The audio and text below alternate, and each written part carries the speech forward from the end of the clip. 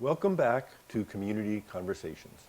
I'm your host, Steve Mantis, and my guest today is Peterlang, a volunteer with Citizens United for a Sustainable Planet. You got Did it, I get Steve. it? That's Whoa. right. All right. So, you're talking about opposing big oil.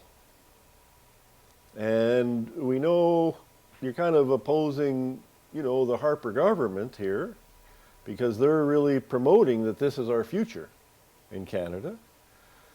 And they've even, they've thrown around all these crazy terms, of people that oppose these things might be terrorists, and they're funded by, outside interests from the States or somewhere. So are you guys getting a lot of money from the States there, or how are you funded? Cusp funds out of our wallets. That's exactly where our money comes from. And we make our money here in Thunder Bay. So we're now just in April. April is the day, April 22nd, I believe it is the day that we celebrate Earth Day. Yes.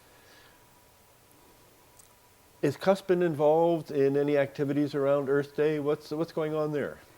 One of the very interesting and encouraging and satisfying events that we've actually had already on April 13th at St. Paul's United Church, we were asked to be a speaker. And we were supposed to talk about achievements of the environmental movement over the last 45 years. And that's how long Earth Day's been around, 45 years. I'm not a historian. The person who asked me to do this is a historian, and he provided the background. That's Ernie Epp, historian from Lakehead University. And I said, Ernie, you know what? I'm not actually a historian. I'm an activist. And if I were to contribute something, what I'd really like to do is have a panel of activists who would be represented by our coalition to talk about some of the projects and achievements that they've accomplished over the years. And he said, fine, Peter, you organize it. And that's what I did. And we had just a wonderful time. We advertised through Facebook and posted posters wherever we could at the libraries and in the supermarkets and so on. And we got 40 people out at a panel discussion. We put them in a round circle, which is the way to communicate from my experience. Nobody feels like they're sitting beside or behind a desk. Everybody's faced to the middle, and we all talk. And we had 4 panelists, but after each question to the panel, we opened it up for the community. And what we focused on was motivation. Not so much the events, but we highlighted 1 or 2 events that we'd each participated in, what made it worthwhile, what made it exciting, what made us feel good about it. And the audience was just wonderful. We had so many people with enthusiasm that it was encouraging. And we ended with a question as to what makes you hopeful. And most everybody said, this group makes me hopeful. Sitting together, all of us, and contributing in a way where we each recognize and are respectful of each other. That's what grassroots movements are all about. That's what Idle No More was about. That's what the Occupy movement was all about. People all of a sudden realizing, we have to do something. And by that time, maybe those organizations don't have the structures to maintain themselves. And I think that's important. Mm-hmm. And that's when maybe we can get the political parties to pick up on what we're saying, because we really need them to do that. So this was held in the basement of the St. Paul's United Church? That's right. So what's the main message you would want to pass on from that meeting? You already did give us some of those thoughts, but what's and really your 40 plus years of community involvement. What can you share to people who are thinking about these issues and wondering, what should I do? That's right. And that's what we talk about a lot, whether in a group of 40 people or one-on-one. How can we how can we draw people out of their homes? We understand people have lives, they've got children, they've got jobs.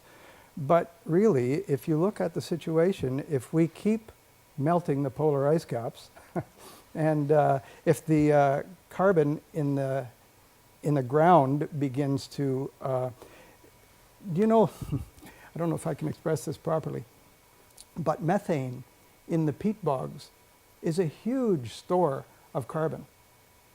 If when that that permafrost begins to thaw, that goes into the atmosphere along with all the carbon that we're putting into the atmosphere.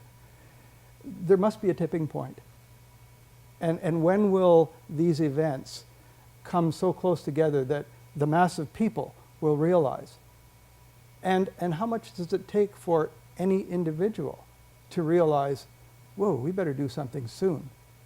When are the economists and the politicians going to understand that if we continue along this path, the costs are going to be far greater than anything you think you're providing by giving us jobs, by putting a pipeline through northwestern Ontario?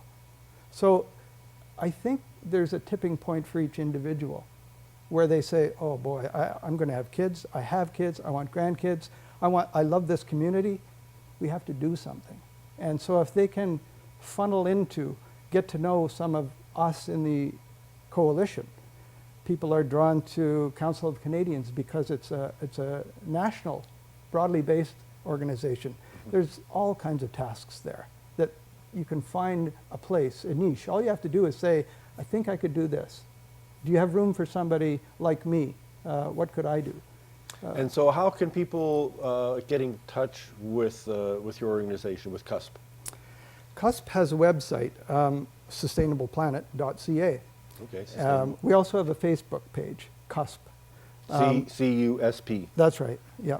And I've given my email address if anybody in particular would like to contact me, because I can actually put you on our mailing list for Cusp. All right, so we'll put that on the screen so people can get in touch. Peter, I want to thank you so much for coming on the show. Unfortunately, we're out of time. I want to remind our viewers that we also have a Facebook page for the show. It's called Community Conversations. Your input, your advice, suggestions for shows, anything that you heard from Peter that you'd like to comment on, go on Facebook and just type in Community Conversations. You should find us there. Also, that the old previous shows are available on a link on that Facebook page, on our YouTube channel, also under Community Conversations. Next week, we will have a guest from Hospice Northwest, and hope you join us then. Thank you so much, and have a safe week.